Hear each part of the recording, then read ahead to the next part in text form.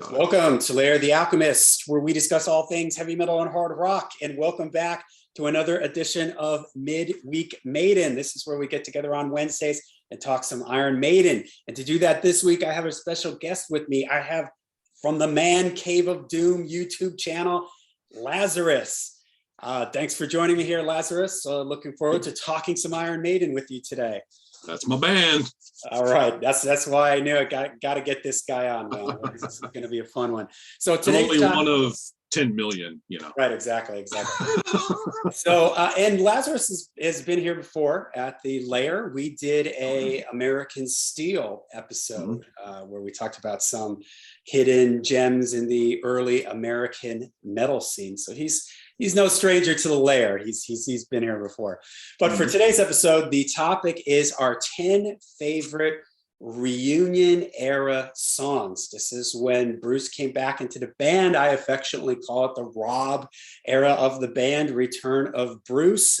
We have, what do we got here? We've got 6 albums we've got to pick from. That is, we're going to pick our 10 favorite songs from these 6 albums. We've got 2000's Brave New World, 2003, Dance of Death, 2006, A Matter of Life and Death, The Final Frontier from 2010, Book of Souls from 2015, and the most recent Iron Maiden album from 2021, Senjutsu. Okay, so this is, an interesting Iron Maiden sort of moves into a new era for the band, if you will. Bruce comes back. It's some things are like they used to be, but the band, in my opinion, kind of moves into a what they like to say, maybe a more progressive era of the band. And so we thought it would be fun if we sort of isolated this particular era and picked our 10 favorite songs from that. So all right, you want to kick us off here? What do you got now? I put my list, I roughly put them in order from my least, tried to put them in order, sort of roughly. So I don't know if you did that with your So, list. okay, well, yeah. So of course, the way I did it is absolutely ass backwards. I went from number 1 to number 10, but I can read them backwards. And then of course, especially in this era of the band, probably the bottom 5 could swap all over the place at any given time. But this was actually fun when you presented this to me. It really, especially this era of the band, it's not like if you said, yeah, pick your top 10 from the first 5 Bruce albums, piece of cake. I can bust that out for you in 30 seconds, But this one, I had to really give some thought to this, and I had to revisit and re-listen to some stuff because some things I actually kind of forgot about till I heard it again. I mean, it's just all over the place. So it made me kind of crunch down and revisit some of these. Some I didn't have to revisit at all. But what was surprising is there's actually one album that's not even on this list for me at all. And I didn't know that would happen until I made the list. So it's kind of interesting. Interesting. So yeah, I'm going to start with your number 10. Yes. Yeah, number 10. I'm going to go, I chose for my number 10, If Eternity Should Fail off Book of Souls. It's a Dickinson Wright 8.5 minute long track. But off that album, that is the one track that really captures that album for me. And it didn't initially, kind of like Senjutsu. That track really hooked me later than the initial listens to that album. But that is one that I think is kind of a what do you call it? It's not the first track people think of, I think, when they think of that album. But it's a good revisit, that track. I like that one a lot. Good pick. So. All right, my number 10, and this might be a little bit of a surprise. I was kind of shocked when we did a deep cuts video way early in my channel with 2 other Maiden friends of mine. And this was one of my deep cuts, and everybody sort of cringed a little bit when I mentioned this song, but I've always loved this song. And it's from Brave New World, The Nomad. Okay. I just like the groove in the verse. I especially love the chorus when Bruce does that "No Man," that big leap in his voice. And I just kind of like the feel of it. It's a longer one, which this era, that would be a signature of this era of the band, is these, long numbers. But it just works for me. I just like the hook of it. I like the main riff, kind of the rhythm that they're playing. It's sort of like this syncopated, sort of funky rhythm, and I just like the whole feel of the song. And I think the chorus is just so epic when Bruce, jumps from the lower part of his range way up high. I just think it's awesome. I can see why you picked that track. To me, that I would have to say that track is one of those tracks where it's not the first thing I'm going to think of when it comes to Brave New World. But when I listen to the album, if that track wasn't there, something's missing. Yeah. You know what I mean? It's got that placement in that record. And that is a really, really strong track too. Yeah. That's a good choice. I think some people, I know that there's something about, there's parts of that song that people say were lifted from some other band. Have you heard this? I don't know. I remember listening to it once, and it did sound kind of similar, but it was one of those things like, it's probably just a coincidence, but I can't remember exactly. And I know that's why I've talked to some other Maiden people that sort of dismiss that song a little bit, like, oh, they took like one of the riffs from some obscure band or whatever. But I don't know. I just take it for what it is. I think it's a great song. I love the hook in it. So yeah, absolutely. Here's the thing when it comes to that. There are only so many notes. Okay? There are only so many note combinations. This being a musician. And, there's going to be songs that are going to have similarities to previously written material in the world. Maiden is not a band that needs to lift anything off anybody. Maiden is a band who has been lifted from probably more than a lot of other bands. So, there's lifting tracks, or sampling, they call it, or whatever. And then there's just coincidental, and that's absolutely coincidental.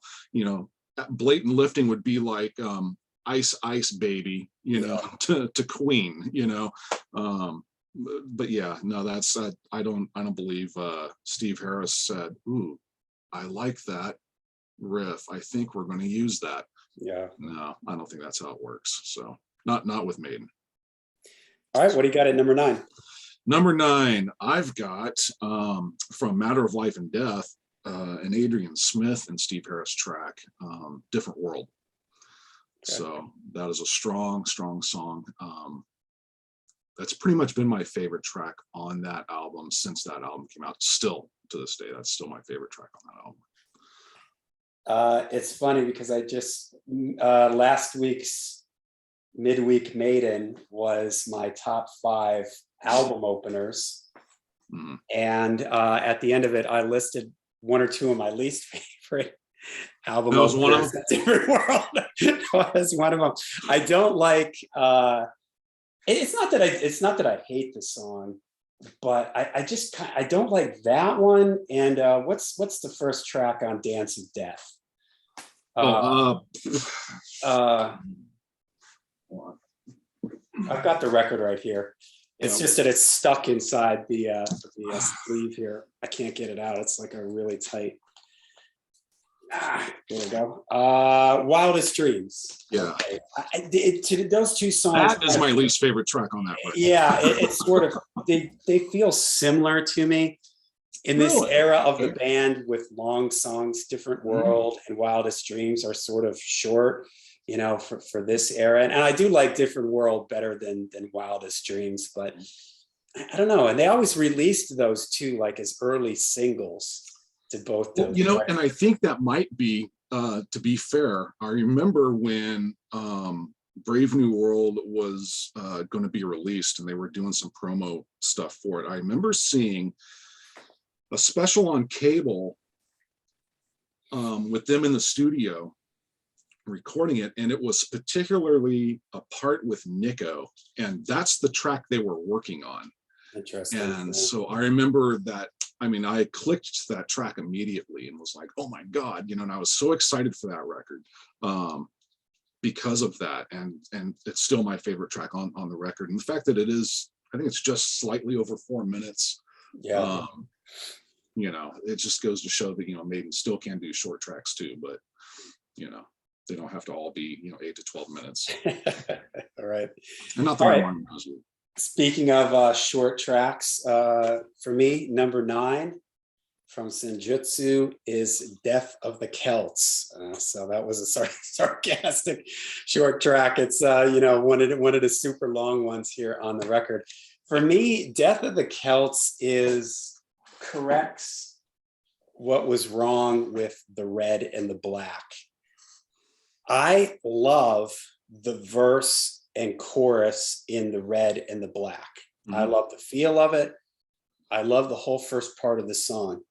It's all the endless guitar solos in that song that, to me, ruins the song. I wouldn't say ruins the song. It makes the song just way too long.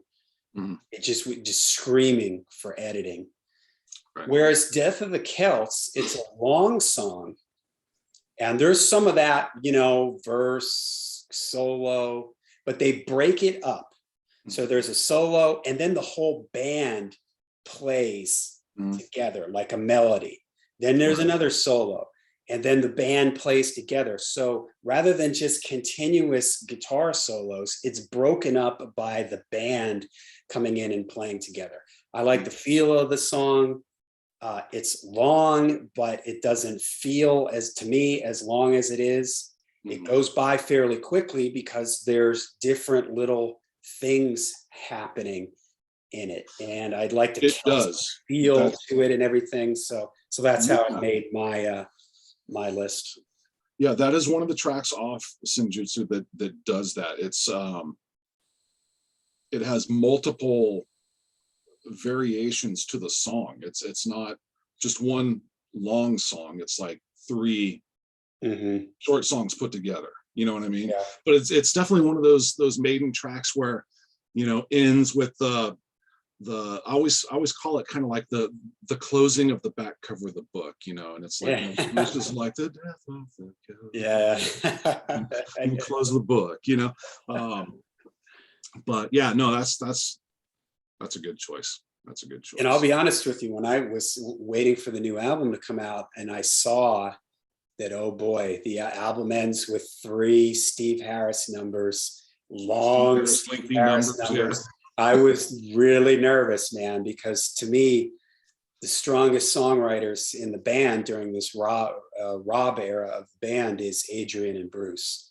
And I think I want to say that Steve's completely lost his touch, but he has, for me, he lost a little bit of his magic touch, and with this record, though, I feel like he's gotten some of it back, and Death of the Celts did it for me. And just that whole, the last 3 songs on the record, I thought it goes out really, really strong. But I was nervous because after things like where the wild winds blow, it's like, I don't know, that's one I don't care for. And I just feel like some of this, just a stronger material has been coming from Bruce and Adrian during this era, but it was a nice, pleasant surprise where it felt like, wow, okay, this is, it works for me here. Death of the Celts. It's kind of like good Steve Harris, song.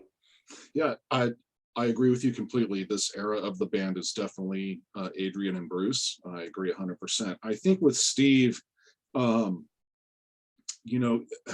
that's just where he's at in his career and life now. You can only gallop triplets for so many years. I mean, that's just going to get boring after a while. And so he's taken his dream and his band to a point where they can do that more. I know people call it proggy. I don't necessarily call it proggy, but he's expanded musically to a point where I think he got to do what he wanted to do, and now he's kind of letting it settle now and going back to just who he is. Yeah, his 70s influence. This stuff to me is Jethro Tull, Genesis, like that kind of 70s. That influence, which we all know is a big thing to Steve. That whole said Wishbone Ash, right? That kind of sound to me. That's what I hear. Where the band, if you want to say progressive, it's sort of in that Jethro Tull, Genesis, Wishbone Ash era. It's not necessarily in like a Dream Theater progressive where Right. there's all kinds of Right. flying chops and stuff. It's just more like with the concepts and what they're sort of going for. So Exactly. all right, we are on number 8, I believe. Number 8. Okay. I'm going to visit Senjutsu here with Hell on Earth. Okay. I love that track. I love Hell on Earth. It was. I remember when the album was releasing and they were kind of doing the little snippet releases on YouTube, and that one came down, and I immediately took to that track, and that's a long one too. That's over 11 minutes. But that is the one track to me that really captures, well, that and one other really makes that album to me. What I think Maiden was trying to put across in this album, I think, comes down to this track and one other. And so in a way, it's almost like not the title track, but it is the title track to me to the album, if you understand what I'm saying. Yeah. You know, not the actual word of title, not Senjutsu, but what they were trying to portray in the album, I think, comes down to this track and one other. And awesome song. Love it. Yeah, great So, pick. Hell on Earth. All right, my number 8, you called this one earlier, If Eternity Should Fail. When I did my favorite album openers, top 5 album openers, this was one of them on my list. I think it's a fantastic album opener.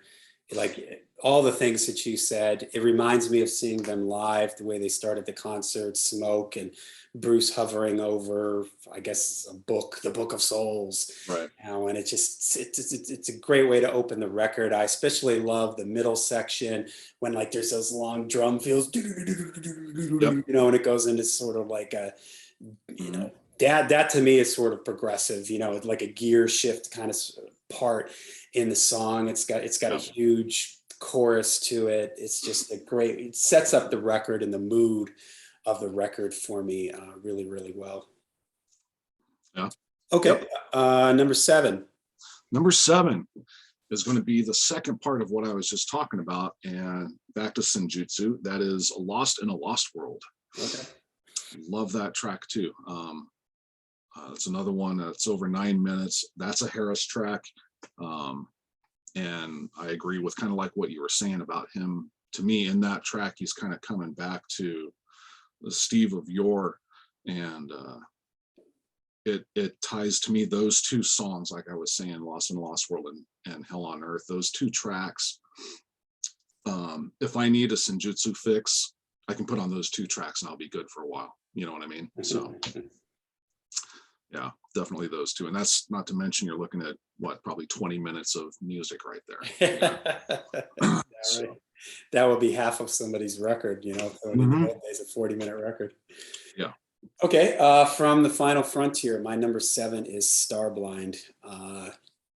Always loved the feel of the verse, the chorus, just sort of the mood of the whole song. This is not one of my favorite from albums from the reunion era. I think it's a little bit up and down on the record, but I like the chorus in it. I like the feel of it, and it just sort of captures a nice mood for me. Sits kind of in the middle back side of the record a little bit, so it's I don't know, just one that it always grabbed me from the first time I listened to this record.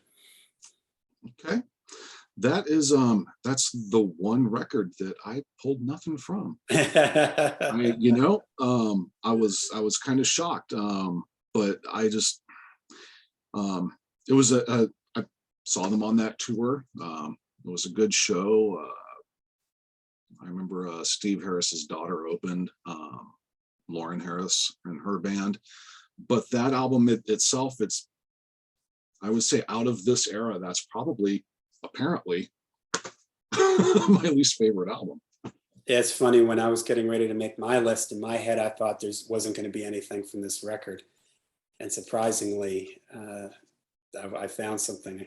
on it. So. Yeah. Like you said at the beginning of the That's thing, cool. you know, I went back and started thinking about it, and I was like, Mhm. "Oh, okay." You know, when I really sat down and thought about it. So Yeah, and that's the funny thing too. I could sit down now and probably go, you know what? I need to really revisit that record. And next month, all of a sudden, I've got like 3 favorite Maiden tracks off that. yeah. So, All right, we're on um, number 6. number 6, another Senjutsu tune, and that is Stratego. And that is just, that is the typical Iron Maiden commercial track. That's your one galloper on the record. Just a cool track. I think that's the one track where they said, for all those fans that are, we only like older Maiden. They said, okay, here's a little fanfare for you guys. Short, sweet, gallopy. Well, not that short, but just enough to say, yeah, we're still here. I think, for the older fans, I guess. So yeah, and that's a great choice. This song almost made my list.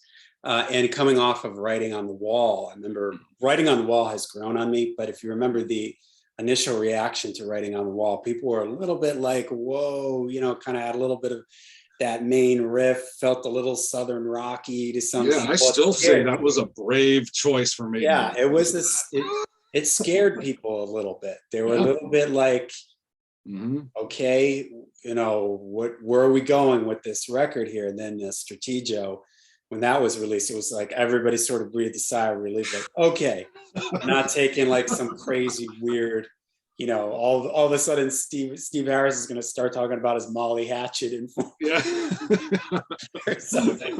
How they were all these big Molly Hatchet fans or Blackfoot fans. Yeah. All right, my number 6 is from Senjutsu, a well-represented album here with our list, and it's Darkest Hour. I am a sucker for Bruce ballads, like these sort of moody, I don't know if you can really call it a ballad, but sort of these slower Bruce numbers. Tears of the Dragon, That's the Thing. I just think that Bruce shines on these types of songs so well. The sound effect, the seagulls or whatever at the beginning of the song, just the whole mood of the thing, thinking about what Bruce has been through between Book of Souls and this record. Yeah. The chorus in it I'm getting a shiver up my spine thinking about the chorus right now. The chorus is just fantastic. And you can just absolutely picture Bruce, on stage, totally. With his one arm up, just absolutely, belting it out as only he can. So I just love these kind of songs. I love when Bruce does these things. Love it. That is where Bruce definitely still shines, without a doubt. In fact, if not gotten better with age. And you brought up Tears of the Dragon. That track to me should so be played at every Maiden show, even though it's a Bruce solo track. Oh yeah, that is the most Maiden Bruce solo track. Yeah. I wish they would play that live, but no, again, another good choice, and I'm so looking forward to. I know you went and saw the Bruce show, and my wife and I are going. I think it's in 2 weeks. I think it's on March 3rd, and I think you mentioned that he sing Tears of the Dragon at the end of that show. He didn't do Tears of the Dragon. He did. I can't remember what he did now. He did one of the ballady type of, or maybe he did do Tears of the Dragon. I can't remember now. I know he does Tears of the Dragon a lot in that setting. Although I've been looking on YouTube and it seems like he's really been varying it up. He's done a whole bunch of different songs. So he doesn't do the same thing every night. I've seen at least like 4 or 5 different things that he's done now during these solo shows. So you never know what you're going to get from him. Well, that was a good choice. And one thing I'm surprised to see is that we both have given Senjutsu some love here tonight. I was wondering if I was going to be alone in that. So everybody watching, those that don't like Senjutsu, you better go revisit it because it's shining tonight. I was really surprised. So cool. Yeah. Good choice. Good All right, choice. number 5. We're on 5. Number 5. Now we're getting to my good stuff. I love Passchendaele, Dance of Death. In fact, I've always said this, I would put Dance of Death, that album, up against Brave New World any day. And I know I'm going to catch a lot of crap for that, but if people would just get over the PlayStation cover of Dance of Death, it's not about the cover artwork, but that album, you break those tracks down and you break down the tracks on Brave New World, and man, those two albums can go head to head and it's hard to pick a winner. But number 5, Passchendaele, I love that track. I love when Maiden goes historical to tell a story. You know, they really captured the feeling of that World War I. You know, it's just Maiden doing what Maiden does, you know, in that track. You know, Adrian Smith, you feel Adrian's writing in that song for sure. You can tell it's a Adrian Smith track. Awesome song. Love that track. All right. Well, my number 5 is also Passchendaele. Yeah. Totally agree with everything you said. The song just builds fantastically. That little guitar figure in the beginning. It's a very moody song. You can sort of hear and feel the artillery fire in the air. Yep. You know, it just captures the mood really well. You know, there's if 2 main topics Bruce loves to sing about: war and airplanes. Yep. Sometimes maybe it's a little bit too much, but this here, it works. He gets the emotion across perfectly. The song just builds really well. People complain about songs being too long during this era of the band, but this is a case of where it works. It's very cinematic, almost, you know, putting images and things inside your head. So it's a great song. Definitely my favorite from this record. Awesome. Okay, 4. We're on number 4. Number 4 is going to be the title track from that record, Dance of Death. And Dance of Death and Passchendaele, you could do this with them, swapping back and forth between 4th and 5th. But I love Dance of Death. I'll never forget Bruce talking about, what's the DVD from that tour? Death on the Road? Death on the Road, thank you. He talks about how, you know, when they were writing that, that interlude part where he felt like it was like the dance of a whirling dervish and spinning, you know, and so he brought that into the set when they play it live. That so exactly describes the feeling of that song. I love that track. That is out of all of the title tracks of this era, that's my favorite for sure. But killer track. It's surprising that that's a Yannick Gerswright, I think, who doesn't get the credit he deserves, you know. And that's one of his better tracks too. It's, you know, co-written with Harris, and that's another 8-minute track, but that one to me does not feel like 8 minutes. When you listen to Dance of Death, it feels like a 4-minute song, you know. Yeah. So Dance of Death, number 4. Great pick. All right, number 4 for me. Back to the Final Frontier. I told you I love Bruce in this zone, and it's Coming Home. Bruce singing about the other thing he loves to sing about, airplanes. Yeah. You know, it's a Bruce song. It's a huge chorus. Bruce always has these big choruses that you just want to, you know, hold a lighter up in the air or wave your arms back and forth or something. I just love it. I love the feel of it. You know, the wordplay that he uses, kind of, describing flying the plane, coming back home, all that stuff. I just think I think it's a cool song. So I was surprised at how much I'll spoiler alert, my last song from The Final Frontier. And I almost had the Final Frontier, the song almost made my list. If you subtract, well, I guess Satellite 15 is listed as a separate track. Yeah. But I was surprised at how many.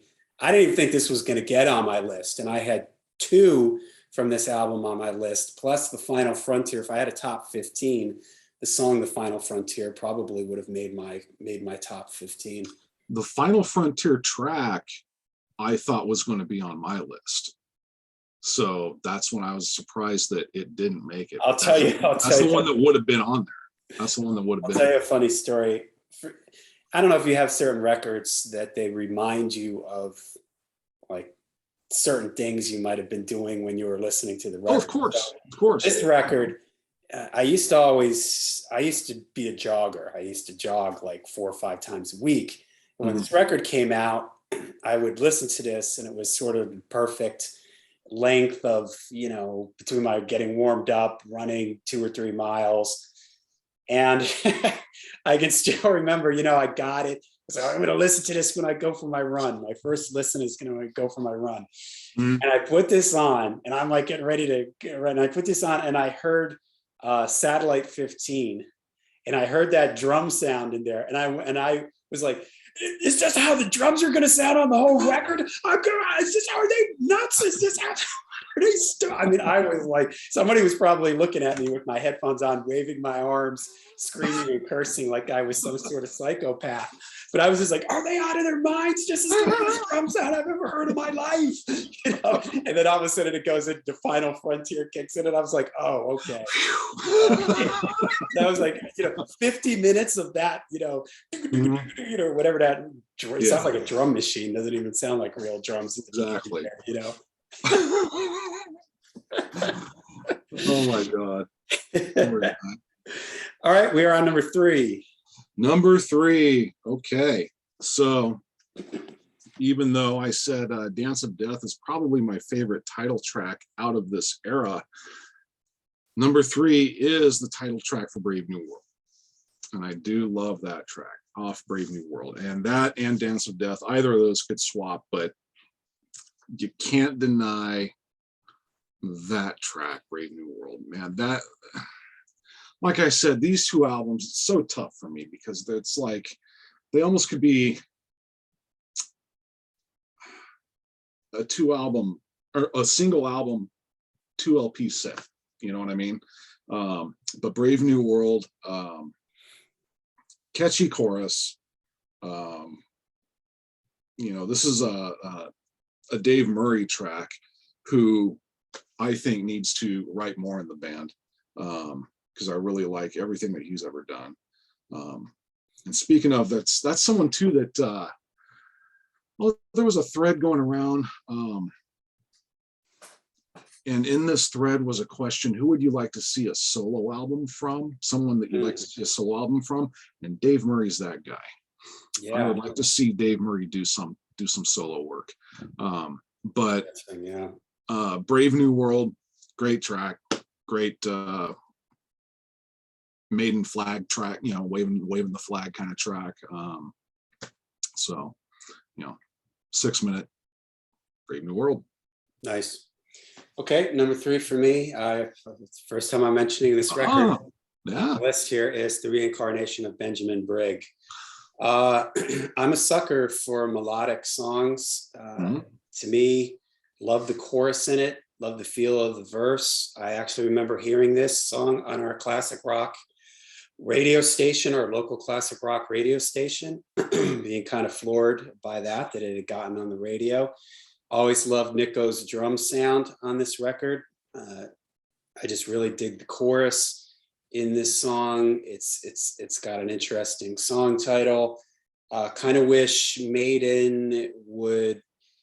This to me is them. It's not a super short song. It's not a 3.5 minute song. I mean, I don't know how long I don't know how long it is. I don't know if the times are on the back here. It is 6 something probably. so 7:21. Wow, it's longer than I thought it was.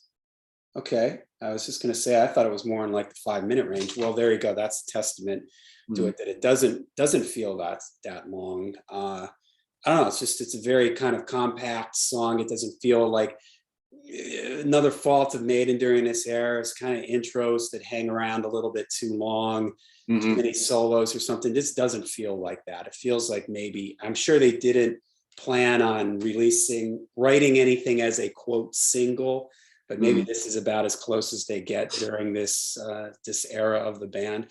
I just think it's a super catchy song. I always loved it. Loved the vibe of it. Yeah. It's number 3 for me. Good song. Good song. Okay, 2. Here we are, the final 2. Okay, back to Brave New World for me. Ghost of the Navigator. Absolute earworm of a song. My second favorite song on this album, and just I love I love this track. I love this track live. It's just it's an earworm. When I listen to this track, it will be stuck in my head for a good 3 or 4 days afterwards, every time. So, what's that going to tell you? Another Yannick Gers track too. So like I said, and this is one of the big tracks off the album. I think that was a big kind of a hit status for them. And once again, like I said, I don't think he gets the credit he deserves, but awesome song. Earworm, straight up. All right, well, my number 2 from the same record is the same song. We've had 2 songs lined up the same. Everything you said, this is super catchy. Love the lyrical subject matter. I'm kind of a sucker. I always tell people on the channel, there's a couple things that I'm just a sucker for. Tolling bells, put a bell in a song. It just, I love it. Makes it sound epic, add a choir somehow in a song that makes it epic to me, the ending of Diary of a Madman, that kind of thing. Yeah. And I love songs that sing about like the ocean and ships and the sea and things, because there's just so many sort of, metaphors. Maritime metal. Yeah, right.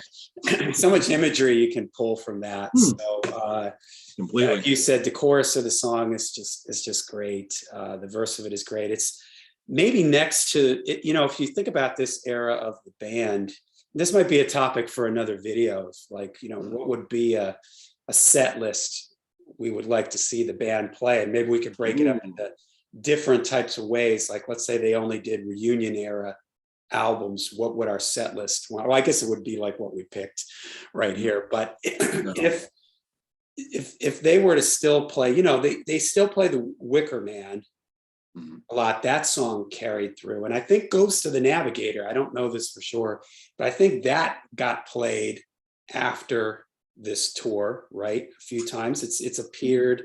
Ghost of the Navigator, I'm pretty sure, was on the last tour.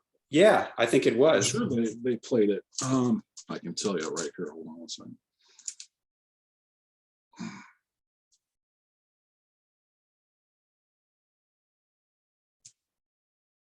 No, maybe not. They did do it on they brought it back out on one of the last. They did, yeah. So it's one of the songs from this era of the band, next to Wicker Man and maybe Blood Brothers, that has had any kind of approaching like sort of a classic, show up in the set list and people are going to get into it and that type of thing. So for me, it's one of the classics of the the reunion Rob era of the band. Absolutely. Yeah. It's definitely I would say this is kind of like for the Number of the Beast album, this would be like the Number of the Beast. Yeah. Okay. The next one is going to be the Run to the Hills off this album. Okay, so we're at number one now. What do you got for your So number number one? one, and that is the Wicker Man. Okay. So, and that, like I said, that's the Run to the Hills off Brave New World. You know what I mean? That's just it's that Maiden track that's gallopy in your face, fast pace, just bam. You know, Bruce has some killer highs in that track. That is a classic Maiden track. You could almost throw Wicker Man on No Prayer for the Dying. Mhm. Would almost fit on that record. You know what I mean? So it was almost, that was the first track that I heard off Brave New World too. And so I remember thinking, you know, immediately, wow, Bruce is back. I mean, this is, you know, Bruce is, Yeah. here's Maiden, you know, here we go. It's the perfect, you know, first song to release. It was like he didn't leave. Exactly. You know? Yeah. It was, like they didn't miss a step. It wasn't like coming back and they're feeling their way around. It was like, we're back. It was a real statement song. But it does not make my number one. It does not make my number one. And maybe this is I don't know, might be a surprise for some people. I don't know, but we're back to A Matter of Life and Death and Brighter Than a Thousand Suns. That almost made my list. Okay. I love this song. This is another one that's it's got the mood to it. Mm-hmm. The main riff is an odd meter thing, which is something Maiden doesn't do a whole heck of a lot. Mm-hmm. It's just all about mood. It's builds really well. The chorus in it is great. Love the lyrics. Love just the whole vibe of it. There's a video that there's a video of them performing this song. It's like they're in a studio somewhere. Okay. I don't know if I don't remember what it was for, but it's them, you know, in a studio playing this, and it just has an extra layer of moodiness and intensity to it. Sort of just seeing them in that kind of environment, like just you know, cables all over the place, and they're just in the studio really close to each other. Right. You know, in the videos, little close-ups of Steve's hand. And I think that's from that same video I was talking about that I saw on cable. Yeah. And I think there might be parts of that. I think there's a bonus DVD. Yeah. In one of the Matter of Life and Death CD sets or something that I think that might be on too. But I've seen that. I know exactly what you're talking about. Yeah. And it's just the way that starts. There's something about the way it starts. It's just so, you know, it's like epic feeling, you know, and it's like right from the beginning, it's very moody, kind of darkish type of song. And it just keeps building. And it's just, love it. Awesome. Good choice. Like I said, that one almost made my list. So I'm glad it got on there. So right on. All right, well, there you go. There's Lazerrus and our 10 favorite songs from the reunion era of the band. Give us some of your favorites down in the comments down below. Maybe give us your 10 favorites or just some of your top favorites, whatever you want to do. Put them in the comments down below. Make sure you check out the Man Cave of Doom. I'm going to leave a link to that down below. Lazerrus, one of his channels. He also has his own channel too. So I'm going to leave a link to his own YouTube channel. He's been in the YouTube game for quite some time now. So he's got a lot of cool stuff you can check out on his channel. So links for that down below. I'd like to thank Lazerrus for joining me here at Midweek. Oh, thanks for having me, man. Thank you. And I have a sneaking suspicion that he's going to be back. We're going to be seeing him on some more midweek Maidens. So, all right. Thanks again. Thanks everybody out there. And until we see you again, make sure you stay heavy, stay metal, and up the irons. Peace.